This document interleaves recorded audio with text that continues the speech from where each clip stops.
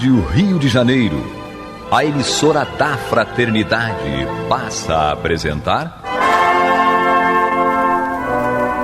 Luz na Penumbra, programa que leva ao seu coração a mensagem da doutrina espírita.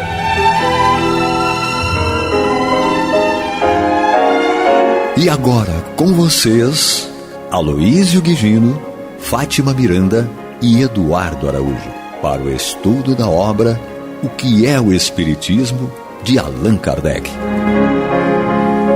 Olá, prezados amigos da Rádio Rio de Janeiro, sejam todos muito bem-vindos. Está entrando no ar o programa Luz na Penumbra, com o estudo do livro O que é o Espiritismo, de Allan Kardec, comigo, Eduardo Araújo, com ele, Aloísio Guigino. Nosso abraço a todos os amigos ouvintes. E ela, sempre animada, Maria de Fátima Miranda. Sim, Maria de Fátima Miranda. Tá mais animada, viu? Tá melhorando a cada dia. Viu? Graças a Deus, estamos aqui juntos estudando o livro que é o Espiritismo. Para você que está chegando agora, um excelente momento, né, de chegar, de conhecer o programa, porque estamos iniciando aí o livro que é o Espiritismo. Estamos no capítulo 1, que é o diálogo, né, de Allan Kardec aí com o crítico, aquele que realmente rejeita completamente tudo aquilo que diga respeito à espiritualidade e vai contestar Allan Kardec e pedir que Allan Kardec o convença de que ele está errado. Então nós estamos aí no início desse diálogo, já lemos aí a primeira pergunta, a segunda pergunta do crítico, a terceira, vamos agora para a quarta pergunta dele. Então vamos nós aqui ver o que o crítico perguntou a Allan Kardec. Ele colocou o seguinte: há mais interesse em convencer-me do que o supondes. Permitis que me explique com franqueza e prometeis-me não ver ofensa alguma das minhas palavras. São as minhas ideias sobre a coisa em si e não sobre a pessoa a quem me dirijo. Posso respeitar a pessoa sem participar de suas opiniões. Então ele tentou aí meio que pegar leve, dizer, olha, não é nada pessoal, não é nada contra você, eu só não acredito em nada daquilo que você está propagando aí, que o espiritismo é uma grande farsa, não é algo real. É uma maneira educada, né, de dizer, ó, nada contra você, mas o que você pensa para mim. E Allan Kardec vai respondê-lo, dizendo o seguinte: o espiritismo tem me ensinado a desprezar essas mesquinhas suscetibilidades de amor próprio e a não me ofender com palavras. Se as vossas expressões saírem dos limites da urbanidade e das conveniências, apenas concluirei que sois um homem mal educado, mas não irei além. Quanto a mim, antes quero que os outros fiquem com os defeitos do que compartilhar deles. Vedes, só por isso que o espiritismo já serve para alguma coisa. Já vos disse, Senhor, não tenho a pretensão de vos fazer adotar a minha opinião. Respeito a vossa, se é sincera, como desejo que respeiteis a minha. Isso aqui é muito importante, gente. Que é um grande problema que nós vivemos no nosso país, no mundo, não só no que diz respeito à questão religiosa, mas em tudo. Questão política, questão de clube de futebol. É preciso que a gente aprenda a respeitar. Então, Allan Kardec diz que, ele diz aqui, ó, já vos disse, Senhor, não tenho a pretensão de vos fazer adotar a minha opinião. A gente tem esse péssimo hábito de querer que o outro pense igual a gente. Isso é uma coisa completamente equivocada. E Allan Kardec diz, respeito a vossa opinião, se é sincera, como desejo que respeiteis a minha. E aí a gente lembra de Jesus no Evangelho, quando Jesus diz, não faças ao outro aquilo que você não gostaria que o outro fizesse com você, Maria de Fátima Miranda. Jesus e Pilatos. Ele não tentou convencer Pilatos de nada. Exatamente. Não é? E aí, Aloísio Guigino? Isso aí é um ponto que a doutrina dos espíritos nos coloca com uma clareza muito grande, né? E o respeito é uma das virtudes, né, que nós devemos cultivar em cada um de nós. A falta de respeito para com o outro é falta de caridade. para com o outro, porque cada um de nós tem o alcance, vamos dizer, do seu entendimento, tem a sua verdade, que naquele momento é o que prevalece, e a verdade de cada um é a verdade de cada um. Uma ocasião, eu já disse isso aqui em outra ocasião, mas é válido a gente repetir. Eu ouvi uma vez do nosso querido Raul Teixeira uma colocação que é muito legal. Ele diz o seguinte: a verdade é como se fosse um grande espelho onde está refletida toda a obra da criação. Esse espelho cai no chão e parte-se em milhares, centenas de pedaços. Cada um de nós recolhe um pedacinho daquilo. Então, nós passamos a ver essa obra da criação com uma limitação, certo? Naquele pedacinho de espelho que nós temos conosco. E à medida que nós vamos conhecendo mais e mais, é como se nós fôssemos juntando mais pedacinhos de espelho e nós vamos cada vez mais percebendo essa verdade. Foi o que Jesus agiu com relação a Pilatos. Quando Pilatos lhe perguntou: e o que é a verdade? Que Jesus falava, né? Em verdade vos digo. Então Pilatos: e o que é a verdade? E Jesus não respondeu, porque o pedacinho de espelho de Pilatos era muito pequenininho. Então não adiantava ele fazer... Era uma farpinha. Um caquinho, né? Não adiantava ele fazer uma explicação com a profundidade que seria o caso e não estaria ao alcance do outro. Então, o respeito que nós devemos ter para com o outro prende-se a esse entendimento que cada um de nós também, somos detentores de um pedacinho desse espelho. E não vamos querer que o outro veja tudo que nós conseguimos ver no nosso pedacinho. Cada um tem a sua percepção e cada um vai crescendo nos acréscimos de pedacinhos de espelho e cada vez alcançando mais e mais a complexidade do que seja a verdade. Vamos lembrar que Jesus diz: conhecereis a verdade e a verdade vos libertará. Então, é algo que apenas com o passar do tempo e o nosso esforço irá acontecer em nossas vidas. Respeitemos o momento do outro e é algo que é fundamental na nossa vida de relação. Vamos continuar aqui. Lembrando você que está chegando, programa Luz na Penumbra, com estudo do livro que é o Espiritismo de Allan Kardec. Estamos aqui no capítulo 1, né, o diálogo de Allan Kardec com o crítico, a quarta pergunta do crítico, e nós estamos aqui no meio da resposta de Allan Kardec, que diz o seguinte: acreditando ser o Espiritismo um sonho sem sentido, dissestes, sem dúvida, vindo à minha casa, vou ver um louco.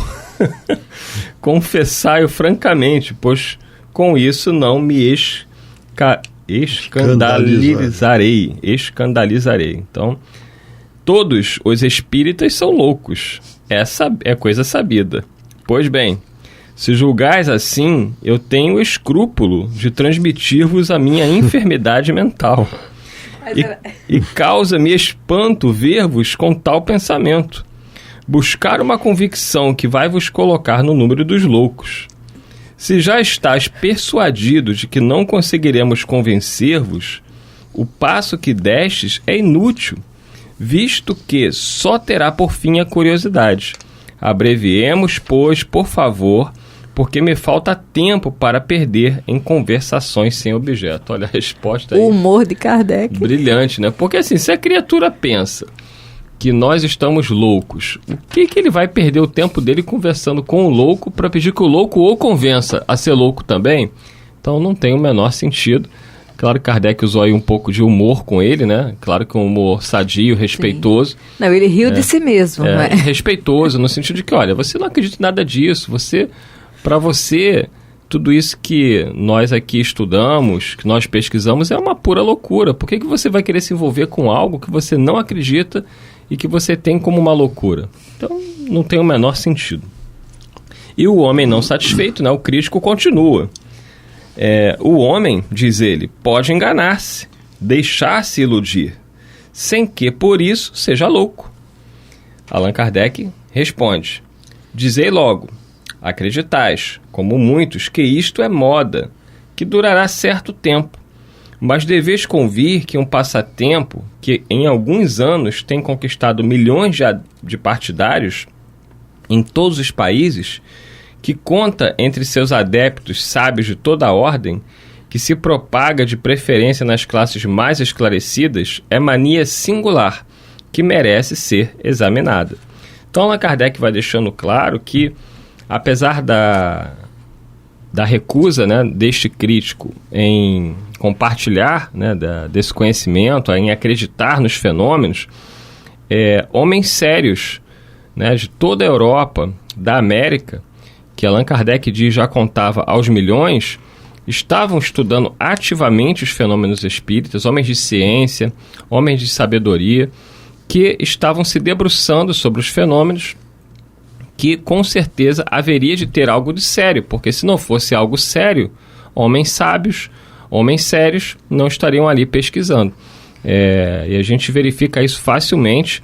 Até hoje nós vemos que a doutrina ela é muito bem aceita nas classes mais esclarecidas.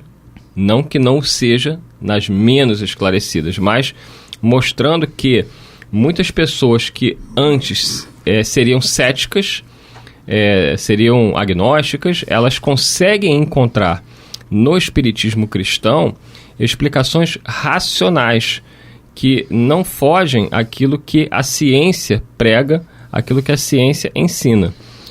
Até por esse motivo, Allan Kardec chama o espiritismo de uma ciência nova, Aloysio Guigino.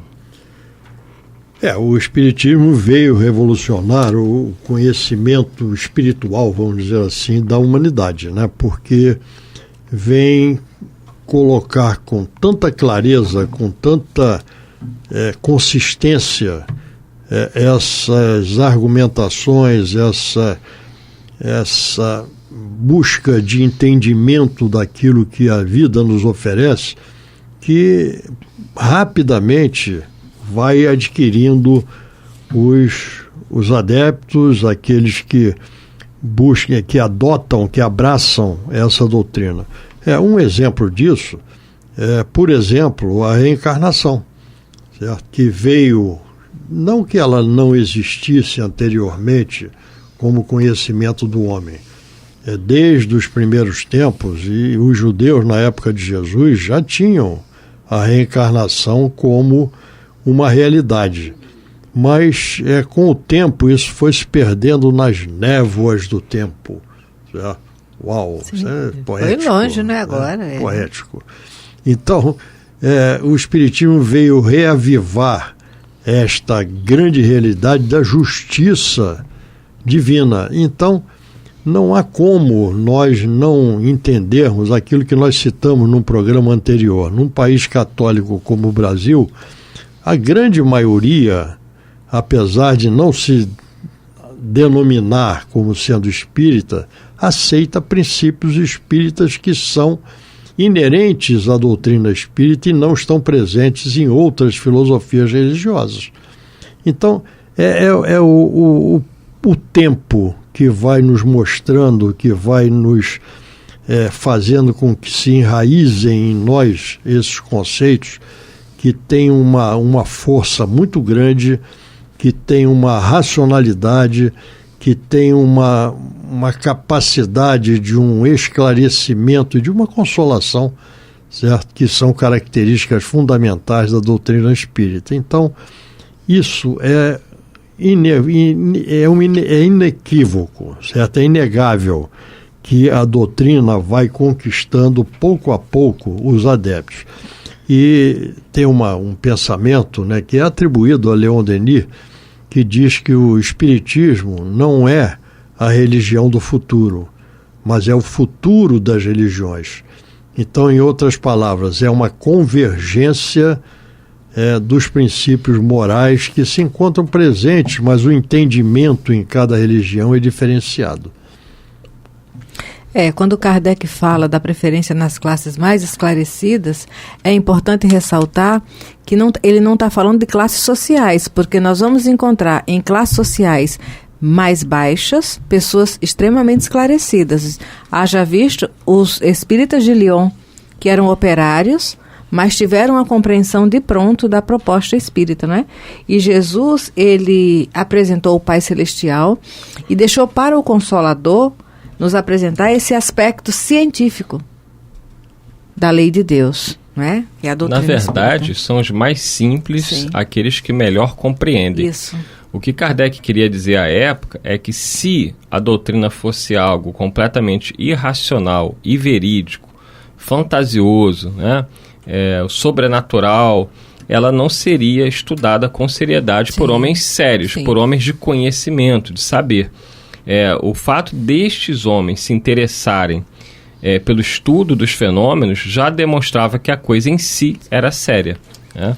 Porque se fosse somente estudada por pessoas simples, os críticos iriam acusar o que? Mas são pessoas simples, pessoas que não têm conhecimento acadêmico, e aí eles iriam usar esse argumento para dizer que era algo que não tinha importância.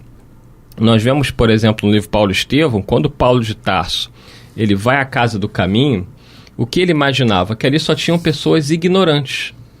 Paulo era um sábio, um doutor da lei, um conhecedor das escrituras do Velho Testamento. Quando ele vê a pregação de Estevão, ele se assusta, porque ele fala, este homem tem um conhecimento profundo. Ali ele viu que a coisa era séria.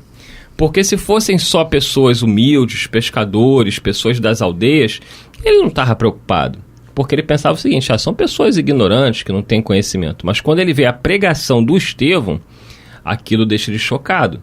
Porque ele viu que era um homem que detinha o conhecimento. Pois é. Né? E daí esse detalhe, porque até nas classes sociais mais simples, existem essas criaturas que trazem esse conhecimento anterior. Né? A nível de maturidade espiritual, de compreender certas teorias de forma lógica. Você falava da sua avó, né? Sua avó tem frases que demonstram que era uma mulher, talvez, de pouco conhecimento intelectual, analfabeta, mas de grande sabedoria. E isso é uma coisa que nós encontramos na doutrina dos espíritos, quando ela nos explica que as únicas posses efetivas que nós temos são o conhecimento e a evolução moral. Certo? Isso é nosso. E aquilo que é nosso, nós não perdemos.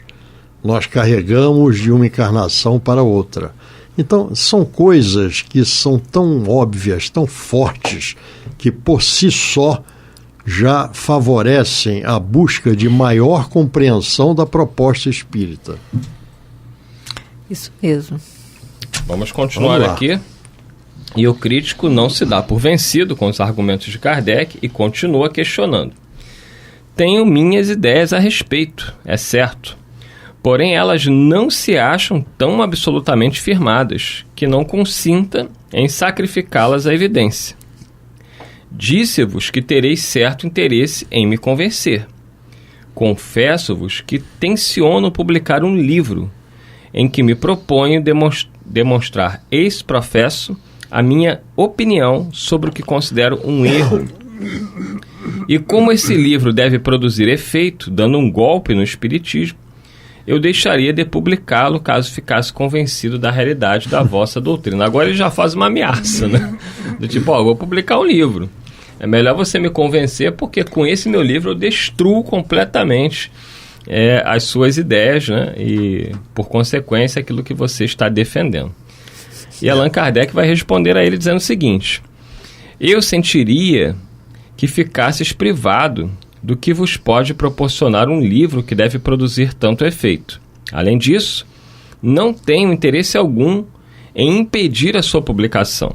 Ao contrário, desejo-lhe grande circulação, porque assim ele nos servirá de prospecto e anúncio. A nossa atenção é sempre chamada sobre aquilo que vemos atacado. Há muita gente que quer ver os prós e os contras, e a crítica faz aparecer a verdade, mesmo aos olhos daqueles que não a procuravam. Aí é assim que muitas vezes, sem querer, se faz reclamo do que se quer combater. A questão dos espíritos é, por outro lado, tão palpitante de interesse, choca a tal ponto a curiosidade, que basta assinalá-la à atenção para que nasça o desejo de aprofundá-la. Sobre esse ponto que você acabou de colocar aqui, como a resposta de Kardec, a argumentação de Kardec, veio à minha mente com uma insistência muito grande o Auto de Fé de Barcelona. Estava pensando nele agora. Essa é a mediunidade. Que Allan Kardec ali amadureceu, porque ele queria contestar. Num primeiro momento, ele chega a conversar com os espíritos de fazer uma contestação, uma reação legal. Dentro da justiça, a algo que era frontalmente ilegal. Mas os espíritos dizem, não, meu filho, deixa que vai ser muito bom. E realmente ele acaba levando esse conhecimento adiante. E foi um primeiro momento de uma grande divulgação do espiritismo, porque todas as pessoas queriam saber o que era aquilo. E ao se depararem com aquilo... Você imagina 300 livros queimados em praça pública, né, pela igreja, sobre algo demoníaco. Chamou a atenção. E todos queriam saber o que havia sido queimado. Certo? Então isto deu um impulso muito grande, porque a doutrina dos espíritos, quando buscada com seriedade, com isenção, não há quem não a aceite, não a endosse, né, pela sua racionalidade e pela força que ela contém. Então, essas coisas todas, e esse é um ponto em que Kardec coloca aqui, que nós devemos trazer também para a nossa vida, porque nós nos deparamos de quando em quando com aqueles que são os críticos da nossa doutrina, que existem até hoje, né? Então, nós não devemos, impedir qualquer coisa que venha a ser colocada, porque isto servirá, inclusive, até ou dará respaldo maior por aqueles que vão buscar entender o que está acontecendo. Até para a nossa vida, na vida de relação diária. Na vida de relação, né? É por aí. Dito isso, nós estamos chegando ao final de mais um programa. Agradecidos aí pela sua audiência, por nos acompanhar no seu radinho, você que nos acompanha pelo YouTube, já que o nosso programa está disponível lá no nosso canal do YouTube da Rádio Rio de Janeiro. Basta você entrar no YouTube, digita lá Rádio Rio de Janeiro, vai no canal, lá na playlist, procure o programa Luz na Penumbra. Tem estudos de todas as obras de Allan Kardec. O estudo do livro Que é o Espiritismo vai ao ar sempre às sextas-feiras. Então você procura pela data que está lançado lá na playlist do Luz na Penumbra, toda sexta-feira, ok? Muita paz a todos. Semana que vem, se Deus quiser, aqui estaremos novamente para mais um programa com o estudo do livro O Que é o Espiritismo. Muita paz a todos. Até a próxima semana, se Deus quiser, e Ele há de querer. Muita paz. Muita paz. Você está ouvindo o programa Luz na Penumbra.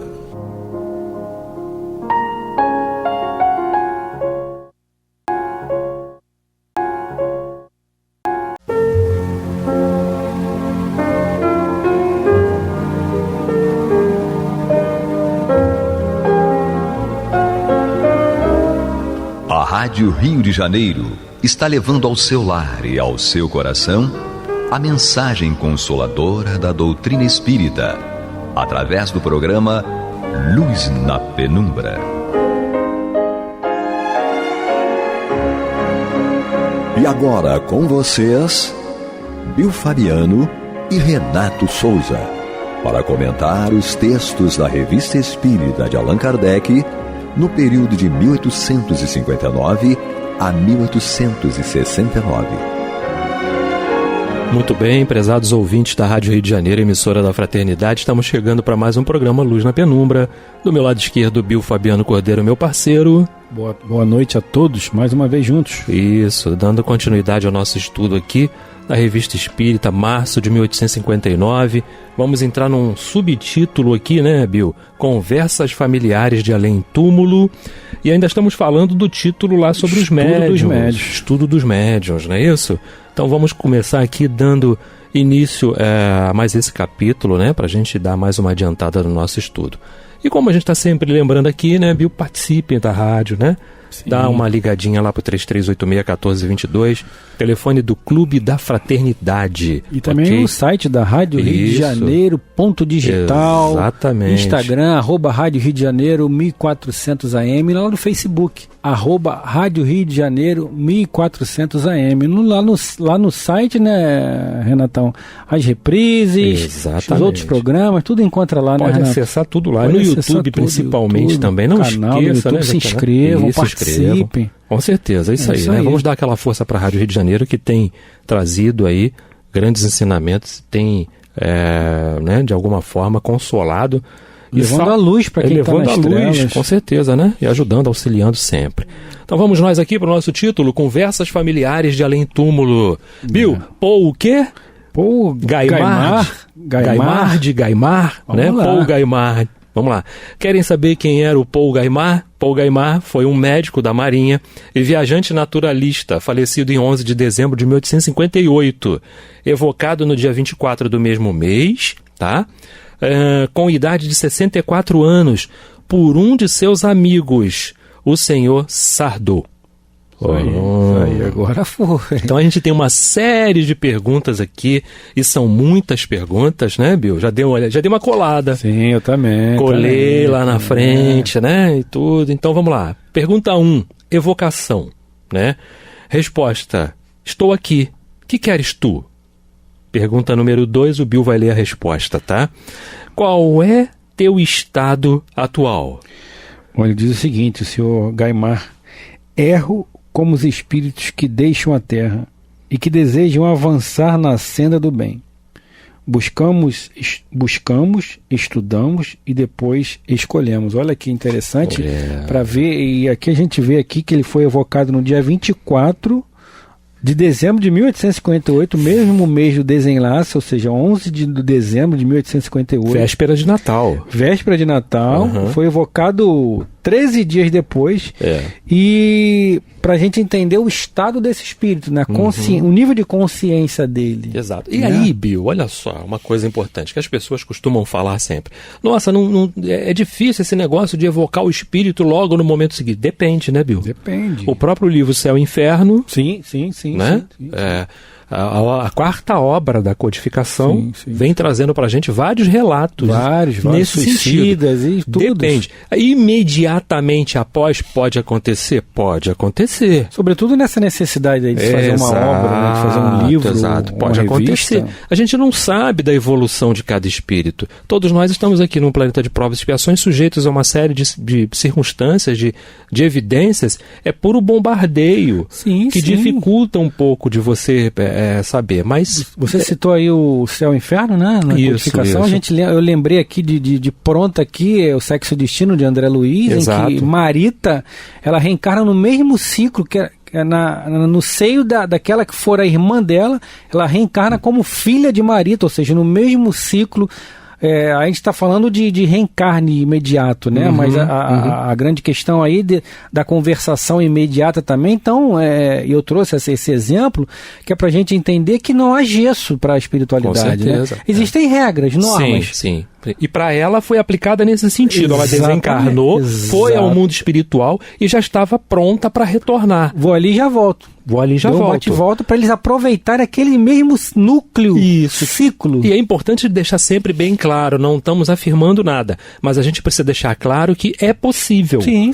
É possível. Tanto é que tem esse relato. Exato. Né? E a gente não sabe, nós desconhecemos as necessidades de cada espírito envolvido com aquela situação ali. O que a gente nunca pode falar é que não é possível. Exatamente. Isso não é possível. Isso a gente estaria... Quem ouvir a gente falar, não acredite, porque a gente está errado. Seríamos diatribes. Exatamente. Seríamos diatribes. Com certeza, né? Aí a número 3 diz assim, Bill, tuas ideias sobre a natureza do homem se modificaram? Aí ele responde: muito, modificaram muito. Bem podeis avaliar. Até a gente consegue avaliar até pelo próprio nível de consciência dele, né, Renato? Como a gente falou. Sim. Né? E até, não vou nem dizer pela questão do diálogo em si, porque todos os espíritos podem enganar-nos com palavras, com gestos, mas a grande questão aí é o nível de consciência dele. Porque o espírito que desencarna e foi voltado para o mal, que só prejudicava as pessoas, ele não vai ter esse nível de consciência, né, Renato? Não tem como, num período tão pequeno, né, de 13 dias, ele evoluir a tal ponto de trazer uma serenidade, um apacentamento na própria consciência, né? Exatamente, né? Então já há uma modificação, né? Ele já pode, aquela consciência que paira depois do desencarne, que o espírito, depois que ele recobra um certo equilíbrio espiritual, vai descendo sobre ele uma consciência. Ele vai recuperando uma consciência dos atos dele. Exato. Ele se compraz ou não. Ele se compraz com aquilo... Se diverte ou se envergonha. Se diverte ou se envergonha. Não é? Geralmente se envergonha dos erros. Ou o mais equivocado pode até, por um momento ainda, despertar sentimento de vingança, né? De raiva, de ódio, de mágoa e tudo mais. Mas vai mudar, né, Bill? Sim, com toda certeza. Vai Esse mudar, é o caminho, com né? certeza. Caminho. Então, pergunta número 5. Não, a 4. Pergunta número 4. Qual julgamento levas agora sobre o gênero de vida que te conduziu durante a existência que vens de terminar neste mundo? E a resposta dele é bem conclusiva dentro daquilo que a gente já vinha falando, né? Sobre ele. Estou contente porque trabalhei.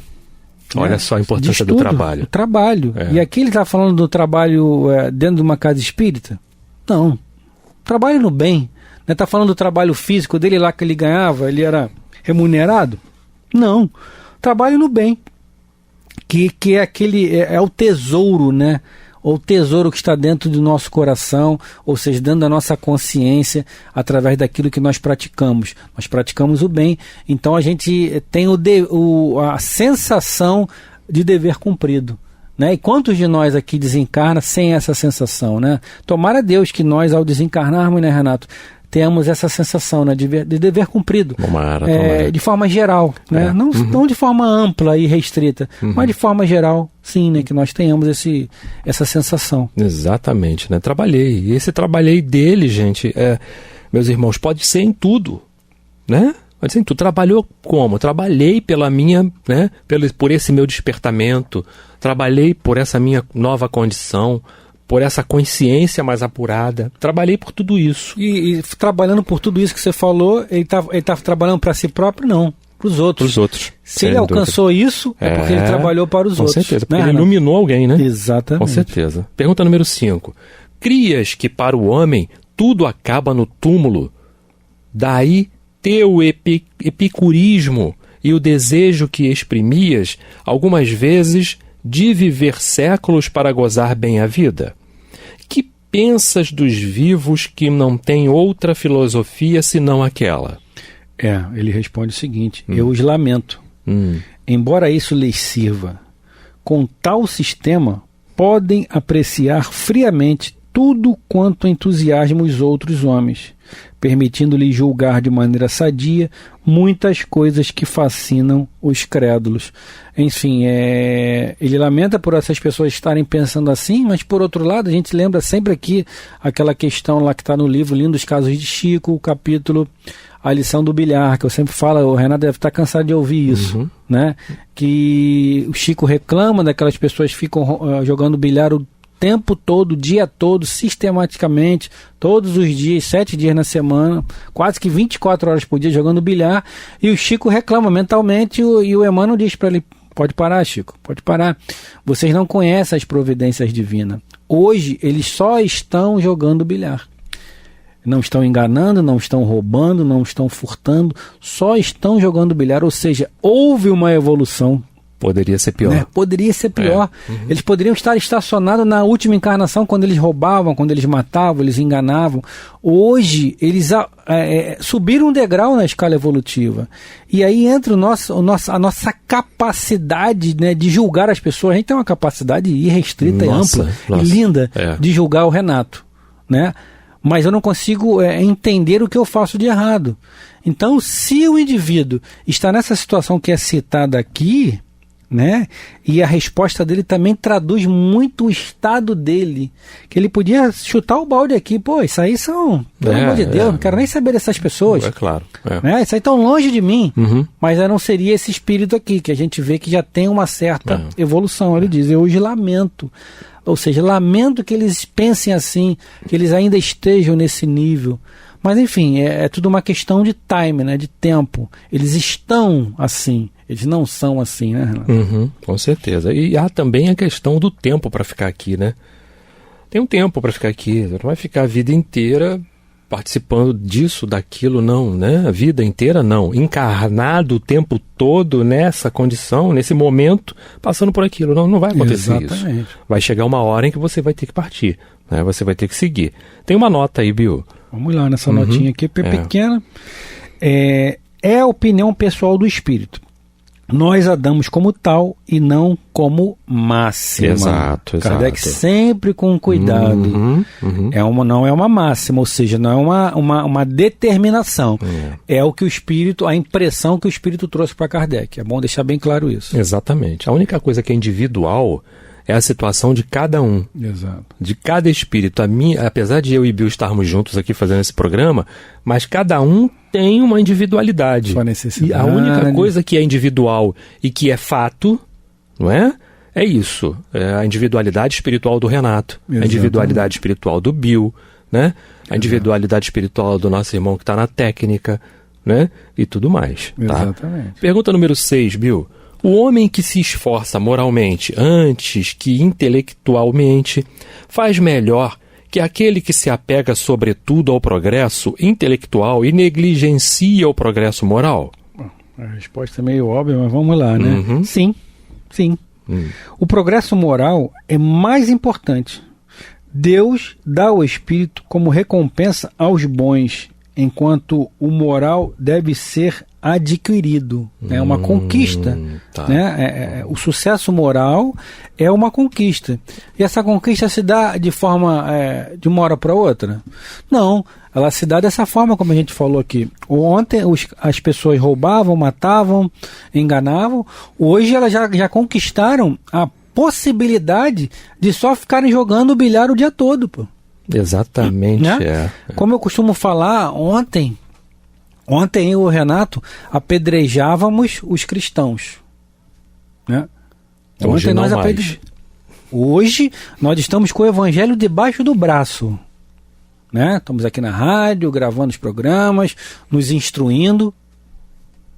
Amanhã, quando nós retornarmos aqui, talvez, quiçá, nós já começamos a utilizar ações e não só palavras, como diz Francisco de Assis, né? Se preciso for, use palavras. Então, amanhã com certeza estaremos melhores. Estamos no programa Luz na Penumbra, revista espírita, não é?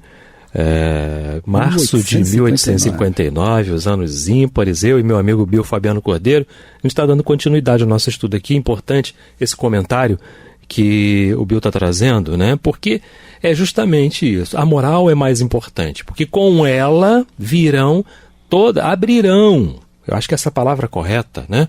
Abrirão todas as possibilidades de você melhorar nos outros sentidos, né? Então vamos lá.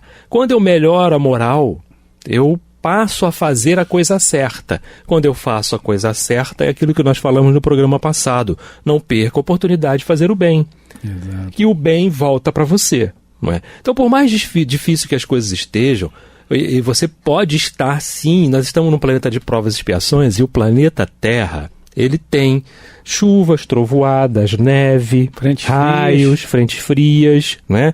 Vulcões, furacões, tem tudo isso aqui, não é? Porque nós correspondemos a tudo isso, tá? Então, por mais que você esteja diante de toda essa situação, se você está no caminho do bem, sem dúvida nenhuma, não vai ficar desamparado, né? A espiritualidade não vai permitir. Deus não vai permitir que isso aconteça, tá? Então tudo mais é para você aprender. E outra coisa importante, sem dúvida, por você estar nesse caminho correto, você faz as coisas corretas. E em fazendo as coisas corretas, você vai aprendendo e vai recebendo de volta toda a parte que você precisa. Então tudo aquilo que é intelectual vai vindo por acréscimo nisso aí. Não, eu tenho que fazer o certo. Como é que eu vou fazer uma prova se eu não li a página do livro? Exatamente. Não é? É o que nós estamos fazendo aqui. O que é a doutrina espírita? É ciência, filosofia e religião. Não é isso?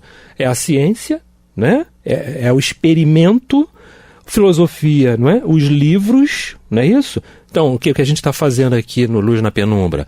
Estamos estudando. Trazendo a questão filosófica da doutrina. Trazendo a questão filosófica. E falando das outras duas situações. Falando um pouco da ciência, muito embora não seja a nossa especialidade, né, sim, Bill? Sim, e falando da religião, ao qual nós temos, sim, carregamos, né, uma convivência, uma experiência de laboratório, que o laboratório, justamente no nosso caso, se chama Posto Espírita de Caridade Bezerra de Menezes. Exatamente, e nós ainda no estágio que nós estamos, né, não estou falando de outras pessoas, estou falando de mim e do Renato aqui, vou até pedir licença para falar também por ele. Nós precisamos da religião, ou seja, nós precisamos da religação. Exato. Porque algo estava desligado na gente. Se a gente pegar grandes vultos aí do espiritismo, da doutrina, vamos colocar o exemplo de Divaldo Franco. Divaldo tem uma missão diferente da nossa, né? Divaldo, ele não desligou, ele está ajudando as pessoas que estavam desligadas. Uhum. Eles estavam precisando religar, como nós estávamos desligados, eu e o Renato. Então nós precisamos de uma religação, de uma religião. Certo. Muitas pessoas já não precisam mais de religião, né, Renato? Uhum. Elas já fazem um bem pelo bem por aí, afora, quaisquer que sejam os lugares. Mas, invariavelmente, todas as pessoas que fazem um bem dentro do que nós conhecemos aí, né, Renato? De grandes vultos da humanidade, a imensa maioria, não me lembro aqui, de não ter sido religiosa. Com certeza. Divaldo, Chico, Madre Teresa, Gandhi, isso, tantos outros nomes. Nossa, grandes exemplos, né? Todos grandes religiosos. Uhum. Né? Com certeza. Então, enfim. Continua então ele na número 7, dizendo assim: que entendes por espírito que Deus dá? Ele diz o seguinte: uma vasta inteligência. Eu acho que isso aí já resume tudo, né? Sabendo que Deus é a inteligência suprema, como diz a pergunta número 1 aí, dessa inteligência suprema não emana nada de negativo, né? Não emana nada que não seja inteligência. Então, na medida que o espírito cresce moralmente, intelectualmente também, primeiro intelectualmente, mas depois moralmente, essa vasta inteligência ela vai se expandindo também, conforme, entendendo-se, obviamente, né, que a inteligência na acepção da inteligência. Porque às vezes a gente fala, o espírito muito inteligente, mas usa a inteligência para o mal, ele não é inteligente. Exato. Né? Uhum. Ele tem um intelecto desenvolvido, sim, mas não tem inteligência. Uhum. Inteligentes são os espíritos que utilizam o intelecto de forma positiva, né? Que já alcançaram aquilo ali, né, Renato? Princípio inteligente da criação, né? São todos os espíritos. Sim. Princípio inteligente da criação, né? Então é aquela situação, vamos lá, desenvolve a sua e volta para cá. Exatamente. Vai desenvolvendo a sua e volta para cá, não é? Obviamente não vamos chegar nunca igual ao Criador. Sim. Mas no nível em que ele espera que nós cheguemos. Exatamente. Tá? Exatamente. Por aí. Número 8. Entretanto, existem muitos maus que têm uma vasta inteligência. Aí tem uma resposta, né? Ele coloca o 8 não como uma pergunta, mas como uma afirmação. Uma afirmação, né? Entretanto, há muitas pessoas mais que possuem uma vasta inteligência. O Espírito responde. Sim. Já o disse. Perguntaste o que era preferível buscar, adquirir. E eu vos disse que o moral era preferível. Certo. Porque a inteligência, a questão intelectual, todos nós temos. Isso. Mas a questão moral está em equilíbrio? Né? Mas quem trabalha o aperfeiçoamento do seu espírito pode adquirir um alto grau de inteligência. quando entendereis com facilidade? Quando você vai entender, meu filho, o que eu estou te falando? Pois é. Então, e a gente leva tempo, né? Para entender. Nossa, muita bordoada. Muita bordoada. Meu Deus do céu. Haja tempestade, ventania, furacão. Todas as forças telúricas possíveis. Imagina. Número 9. Estás completamente desligado da influência material do corpo? E o Espírito responde, sim. Isso já é claro, né? Bem claro isso, né? Sim. Aquilo que sobre isso vos foi dito não compreende senão uma classe da humanidade. Acho que ele é bem claro. Aí a gente entra lá no livro dos Espíritos, a partir da pergunta número 100, né? Que fala lá da classificação dos Espíritos, enfim, tudo mais. Vamos buscar lá, estudar o livro dos Espíritos, sobretudo nessa parte, a partir da pergunta número 100. Certo. Tem uma nota, Bill, vou ler, tá? Ocorreu várias vezes que espíritos evocados, mesmo depois de alguns meses de sua morte, declararam estarem ainda sob a influência da matéria. Mas esses espíritos foram todos homens que não haviam progredido, nem moral, nem intelectualmente. É dessa classe, né, da humanidade que quer falar o espírito que foi Paul Gaimard. E aí você lembrou bem a questão da codificação, né? A gente tem lá no Céu e Inferno várias situações de espíritos maus, espíritos suicidas, espíritos que fazem o mal. Enfim, eles trazem as informações necessárias, mas ainda falta muita caminhada para eles ainda, sobretudo na questão de se manterem quites com a própria consciência, né? Enfim. Sim. Bill, eu marquei aqui para a gente dar continuidade no próximo programa. Já está acabando, né, nosso horário. Sim, tá? Sim. Mas é importante a gente só tecer um comentário rápido a respeito dessa situação do apego, né? E isso determina justamente a inferioridade, o grau de inferioridade do espírito, né? Exato. E a nossa reencarnação é justamente uma das reencarnações das mais apegadas, não é isso? Exatamente. Às coisas materiais, né? Ao corpo e muitas situações que nós precisamos trabalhar, né, Bill? Exatamente. A doutrina nos fala muito sobre isso e temos vários relatos, várias obras aí. Sim, né? sim. Nós temos, na verdade, a gente tem que entender que nós temos muita coisa a percorrer ainda. Não somos mais o que fomos no passado, mas também não somos ainda o que o Cristo deseja de nós. Mas estamos no caminho. Exato. Então vamos trabalhar, vamos continuar trabalhando. A gente sempre fala da importância de estudarmos o Pentateuco, né? Que é super importante, mas as obras auxiliares também nos trazem muitas revelações.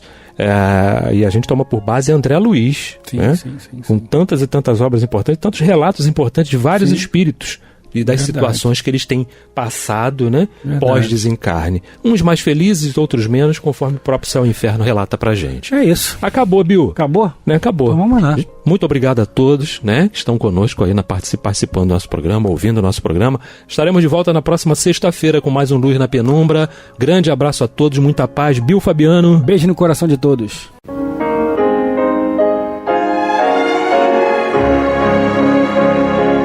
E vamos ouvir agora a prece de encerramento de nosso programa, na voz de Geraldo de Aquino.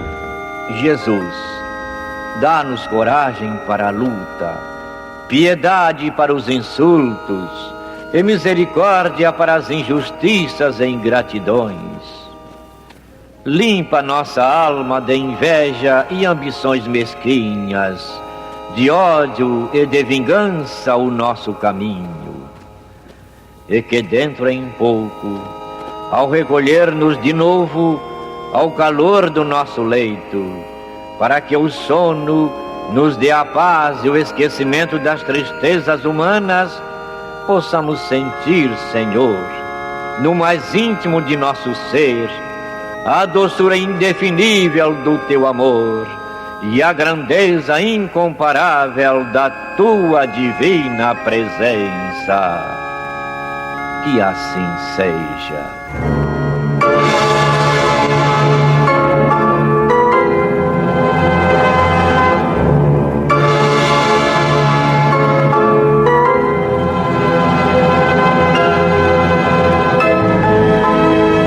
Acabamos de apresentar o programa Luz na Penumbra, que voltará a ser apresentado na próxima segunda-feira, às 21 horas, nesta emissora.